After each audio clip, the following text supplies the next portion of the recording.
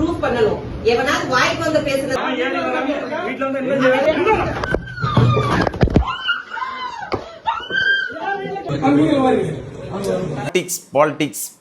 Politics இப்போ ரொம்ப கலவர பூமியாக மாறிடுச்சு.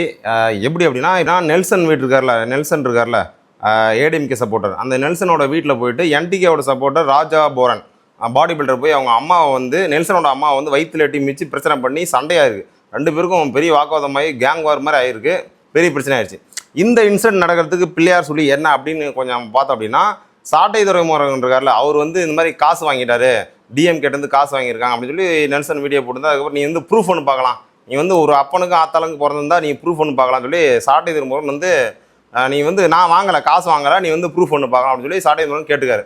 அப்படி கேட்டதுக்கு அது ரிப்ளை வீடியோவாக அவர் என்ன போட்டுக்காருன்னா, நெல்சன் வந்து சீமான் அவர்கள் வந்து பார்த்தீங்கன்னா 15 கோடி இல்லை, ஒரு இடத்துல ஏதோ ஒரு கிராமத்தில் போய் நிலம் வாங்கியிருக்காரு. அப்போ ரீசெண்டாக, அதாவது டிஎம்கே ஸ்டாலின் அவர்களை சந்திச்சது 9 மாதம் கழிச்சு சீமான் அவர்கள் வந்து ஒரு நிலம் வாங்கியிருக்காரு. அந்த நிலம் பார்த்தீங்கன்னா ஒரு 15 கோடி போகும் அப்படின்னு சொல்லி, அதாவது வந்து ஏதோ குறிப்பிட்ட லட்சத்தில் தான் வாங்கியிருக்காரு. ஆனால் 15 கோடி ஒர்த்துள்ள நிலம் அது அப்படின்னு சொல்லி நெல்சனை வந்து கிளைம் பண்ணி இந்த மாதிரி ஒரு வீடியோ போட்டுருக்காரு. அதாவது சாட்டை துறைமுருகன் என்ன கேட்டார் அப்படின்னா, நான் பணம் வாங்கினேன்னு சொன்னல, அதுக்கு ப்ரூஃப் கொடு அப்படின்னு சொல்லி கேட்டதுக்கு நெல்சன் அவர்கள் வந்து இந்த வீடியோ போட்டிருக்காரு. சீமான் அவர்கள் வந்து நிலம் வாங்கியிருக்காரு, அவர் வந்து டிஎம்கே சந்திச்சுக்கு அப்புறம் தான் வாங்கியிருக்காரு அப்படின்னு இப்படி சொன்னதுனால என்டிகே சப்போர்ட்டர்ஸ்லாம் வந்து ரொம்ப வெகுண்டு எழுதிட்டாங்க. சாட்டை துறைமுருகன் என்ன கேட்டார், நீ என்ன பதில் சொல்லிட்டு இருக்க? அப்போது இப்போ அவங்க என்டிகே சப்போர்ட்டர்லாம் என்ன சொல்கிறேன்னா, நீ யாராவது போய் மீட் பண்ணிவிட்டு ஏதாவது போய் வந்து ஹோட்டலுக்கு போய் சாப்பிட்ற, அப்போ வந்து அவங்ககிட்ட பிச்சை எடுத்து தான் வாங்கி சாப்பிட்டியா அப்படின்னு நாங்கள் சொல்லலாமா அப்படின்ற மாதிரி வாக்குவாதமாக ஆரம்பிச்சிச்சு. இந்த வாக்குவாதம் பிள்ளையார் சொல்லி போட்டதுனால என்ன ஆச்சு அப்படின்னா, கொஞ்சம் கொஞ்சமாக வந்து ரொம்ப ரக்கடாக ரொம்ப கலவரமாக போயிடுச்சு. அது ஆன்லைன்லேயே சோசியல் மீடியாவில் 2 பேரும் ரொம்ப மாற்றி ட்ரோல் பண்ணிக்கிற அளவுக்கு போயிட்டாங்க. இப்போ இந்த ரீசெண்டாக இந்த இன்சிடென்ட் என்ன ஆச்சுன்னா, ராஜா போரன் இருக்கார்ல, என்டிகே சப்போர்ட்டர்ஸ் என்ன பண்ணிட்டாங்க அப்படின்னா, இது வந்து ரொம்ப ஹை லெவல் என்ன டென்ஷன் ஆகிட்டாங்க அப்படின்னா, நெல்சன் அவர்கள் வந்து காலை காமிச்சு வா இப்போ வந்து என் காலில் வந்து விழுடா அப்படின்ற மாதிரி காலை காமிச்சு பேசணும். என்டிகே சப்போர்ட்டர்லாம் வந்து ரொம்ப டென்ஷன் ஆகிட்டாங்க. நீ பேசுனதே வந்து தப்பு, முதல்ல வந்து சாட்டை துறைமுருகன் பணம் வாங்கினான்னு சொல்லி சொன்னல, அது ப்ரூஃப் பண்ணு அப்படின்னு அந்த கனெக்ட் பண்ணலாம் பேசக்கூடாது, ஆதாரம் இல்லைனா நீ வந்து பேசக்கூடாதுன்னு சொல்லி அவங்க ரொம்ப டென்ஷன் ஆகிட்டு வீட்டுக்கே போயிட்டாங்க. இந்த இன்சிடென்ட்ல ஏற்கனவே வந்து ராஜா போரனோட அந்த நேச்சுரல் இது வந்து வித்துட்டு இருந்திருப்பாரு. இந்த இன்சிடென்ட்ல போயிட்டு அந்த ராஜா போரன் அதை கிளைம் பண்ணி அங்கே வந்து அதை பேஸ் பண்ணி தான் சண்டை போட்டிருக்காங்க. சண்டை போட்டு நெல்சனோட அவங்க அம்மாவோட வயிற்றுல வந்து எட்டி வச்சிருக்காங்க. இது ரொம்ப பிரச்சனையாக போயிருக்கு. இந்த இன்சிடென்ட் எப்படி அதாவது பாலிடிக்ஸ் அப்படின்னா, இங்கே நான் என்னோட கருத்து நீங்கள் கேட்குறீங்க அப்படின்னு நான் சொல்கிறேன். இங்கே வந்து என்டிகேக்கு ஒரு பிம்பம் இருக்குது, என்டிகேக்கு ஒரு நல்ல ஒரு அரசியல் மாற்றத்துக்கான ஒரு கூட்டம், ஒரு இளைஞர்கள் கூட்டம் அப்படின்ற ஒரு பிம்பம் இருக்குது.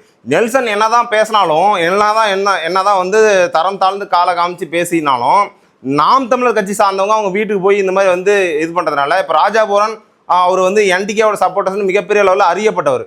அப்படிங்கிறப்போ அவர் ஏடிஎம்கே சப்போர்ட்டர் வீட்டில் போயிட்டு இந்த மாதிரி வந்து நீங்கள் வந்து அங்கே போய் ரொம்ப அந்த வீடியோலாம் பார்க்க முடியல. ரொம்ப நீ எங்கே செத்து கிடந்தாலும் அது நான் தானே காரணம், நீ உன்னை சாகடிக்க போகிறோன்னு சொல்லி மிரட்டிருக்காரு. இப்போது நாம் தமிழர் கட்சியோட பிம்பமாக வந்து சோசியல் மீடியாவில் இன்ஃப்ளூயன்சர் அறியப்பட்ட ஒருத்தர் இந்த மாதிரி போய் மிரட்டும் போது நாம் தமிழர் கட்சி மேலே ஒரு கேவலமான ஒரு பிம்பம் உருவாகும், ரவுடித்தனம் அப்படின்ற ஒரு பிம்பம் வந்து கிரியேட் பண்ணப்படும். அதை நம்ம புரிஞ்சுக்கோங்க, நாம் தமிழர் கட்சி புரிஞ்சுக்கோங்க. நீங்கள் வந்து நாம் தமிழ் கட்சிகிட்ட ஒரு ப்ளஸ் பாயிண்ட் என்னென்னா, ஏதாவது ஒரு விமர்சனம் வச்சாங்கன்னா நிறைய வந்து பேராப்பாக வந்து டைப் பண்ணி அதை அவங்க சைடில் வந்து நியாயப்படுத்திக்க ட்ரை பண்ணுவாங்க.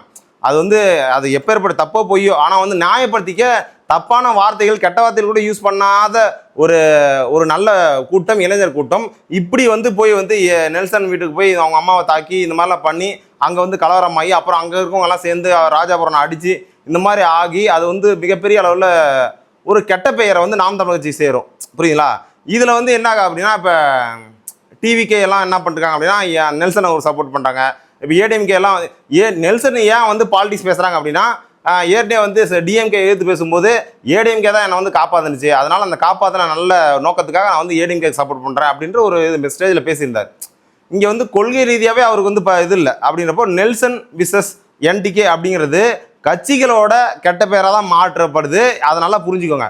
ஏடிஎம்கே சப்போர்ட்டாக இருந்தாலும் சரி, டிவிகே சப்போர்ட்டாக இருந்தாலும் சரி, யாராக இருந்தாலும் சரி நல்லா புரிஞ்சுக்கோங்க. நீங்கள் வந்து அந்த ரவுடித்தனத்தை கையில் எடுத்தீங்க அப்படின்னா உங்களோட கட்சி தான் வந்து இங்கே பாதிக்கப்படும். உங்களோட கட்சியோட பெயர் வந்து மிகப்பெரிய உள்ள கெட்டு போயிடும். அதை நல்லா புரிஞ்சுக்கோங்க. என்னோட கருத்து கேட்டீங்க, நான் சொல்லிட்டேன். உங்களோட கருத்து என்னென்னு கமெண்ட் பண்ணுங்கள், ஃபாலோ பண்ணிட்டு கமெண்ட் பண்ணுங்கள். அப்போ தான் கமெண்ட் செக்ஷன் ஓப்பன். ஓகேவா? பை.